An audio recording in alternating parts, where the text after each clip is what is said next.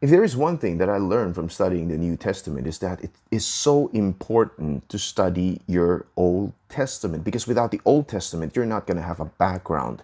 You're not going to have a backdrop of what is going on in the New Testament. Take, for example, this idea of the darkness that was covering the entire land during the crucifixion for 3 hours, and Jesus crying, "Father, Father, why have you forsaken me?"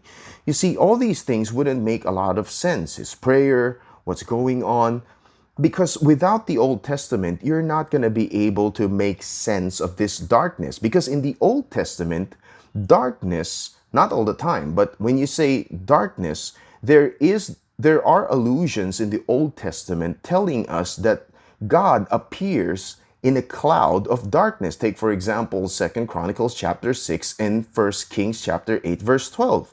Solomon prayed this prayer. Imagine this. He says, "O Lord, you have said that you would live in a thick cloud of darkness."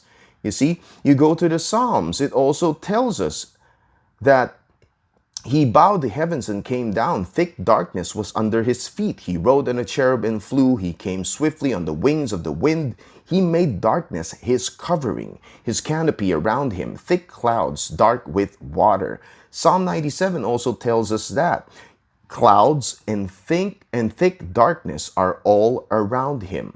Even in Deuteronomy, you see, in Deuteronomy chapter 5, verse 22, it tells us, "These words of the Lord spoke to all your assembly at the mountain, out of the midst of the fire, the cloud, and the thick darkness with a loud voice."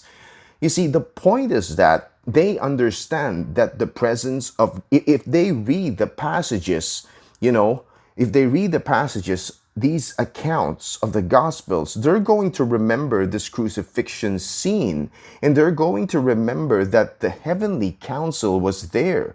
God was there along with his heavenly council to witness what was going on with Jesus. It's like saying that the court is really in session, and Jesus was the lamb that was sacrificed, and God really accepted this offering.